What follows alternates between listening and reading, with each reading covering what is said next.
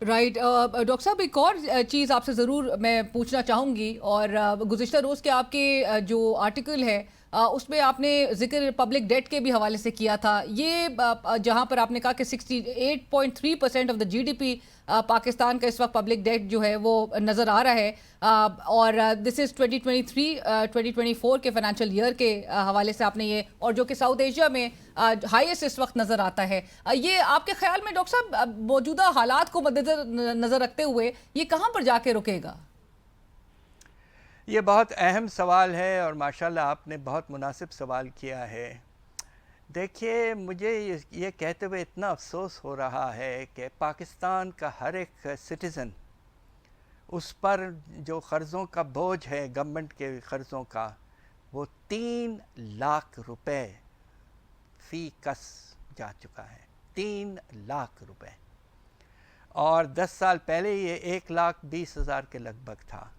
اتنے تیزی سے قرضوں کا بوجھ بڑھا ہے. اب آپ یہ دیکھیے کہ قرضوں پر ہم جتنا خرچ کرتے ہیں وہ تعلیم سے 4 گنا ہے. یہ حال ہو چکا ہے پاکستان کا. تو خطرہ یہ ہے کہ اگر افراط زر میں پھر سے خدا نخواستہ اضافہ شروع ہو جائے اور سود کا لیول پھر سے بڑھنا شروع ہو جائے، یا روپے کی قدر پھر سے گرنا شروع ہو جائے، تو یہ پہلے 70% سے اوپر جا چکا تھا. اگلے 5 سال میں میرا پروجیکشن یہ ہے کہ خدا نخواستہ اگر بجٹ کا خسارہ 8%، 7% جی ڈی پی کا رہے گا، تو مجھے بے پناہ افسوس سے کہنا پڑ رہا ہے کہ شاید بوجھ 100% جی ڈی پی کا ہو جائے، خدا نخواستہ. 100%. اگر تو آپ کہہ رہے ہیں کہ 8% پہ جاتا ہے، یہ بہت الارمنگ ایک سیناریو ہوگا ڈاکٹر صاحب. اور آپ نے جہاں پہ انفلیشن کے اگر بڑھنے کے خدشات کے حوالے سے جو اسٹیٹ بینک کے گورنر ہیں وہ آلریڈی اگلے ماہ سے اس کے اشارے دے چکے ہیں کہ اگلے ماہ سے وہ بھی رائز کرتا ہوا ہمیں دکھائی دے سکتا ہے.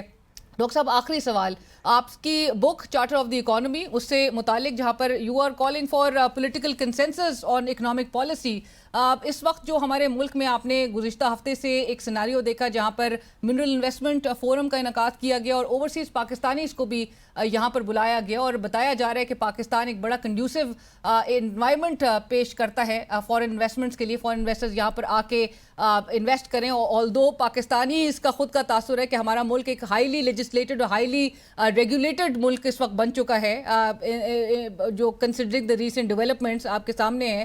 آپ کو لگتا ہے کہ ایسے میں جہاں پر اتنی پولرائزیشن نظر آ رہی ہو پولیٹیکلی، ایک اکنامک کنسنسس جو ہے وہ بن پائے گا؟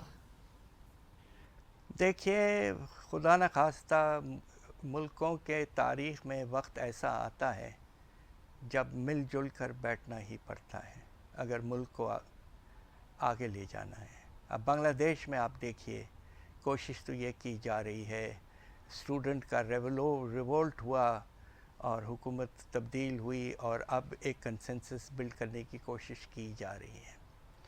دیکھیے وقت آتا ہے جب ملک کے حالات حد سے زیادہ خراب ہو جاتے ہیں تو سیاسی جو کشمکش ہے وہ ایک حد تک جاری رہتا ہے، مگر الٹیمیٹلی ملک کے فنڈامنٹل انٹرسٹ پر غور کرنا پڑتا ہے.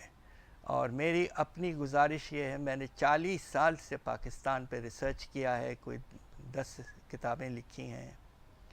میری گزارش یہ ہے کہ آج جو اعداد شمار ہیں، بے روزگاری اور ملک کے مختلف علاقوں میں برے حالات، ٹیررزم بڑھ رہا ہے وغیرہ، ان حالات میں پاکستان کے لیے there is no other option but to evolve a consensus.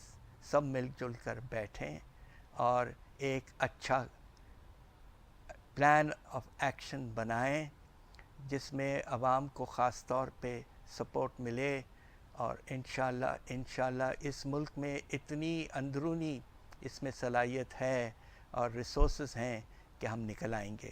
مگر اس میں نکلنے کے لیے بہت اہم ہے کہ ایک پولیٹیکل کنسنسس ڈیولپ ہو. اس کی ہم سب کی گزارش ہے. میں ایک پروفیسر ہوں، میری بس گزارش یہ ہے کہ اب وقت آ گیا ہے کہ مل جل کر بیٹھیں اور ہمارے پیارے ملک کو آگے لے جائیں. Thank you so much doctor صاحب فار جوائننگ اس. بہت شکریہ آپ کے وقت کا. اینڈ ہم کرتے ہیں کہ ہمارے جو اس وقت حکمران ہیں وہ بھی پولیٹیکل کنسنسس ڈیولپ کرنے کے لیے اکٹھے بیٹھیں گے اور ملک کو جہاں پہ ڈاکٹر صاحب بھی کہہ رہے ہیں کہ بہت پوٹینشیل رکھتا ہے پاکستان, اس کو آگے لے کر بڑھنے کے لیے ایک پولیٹیکل کنسنسس جو ہے وہ قائم کرنا بہت ضروری ہے. مذاکرات ہی کے ذریعے یہ کنسنسس ڈرا کیا جا سکتا ہے.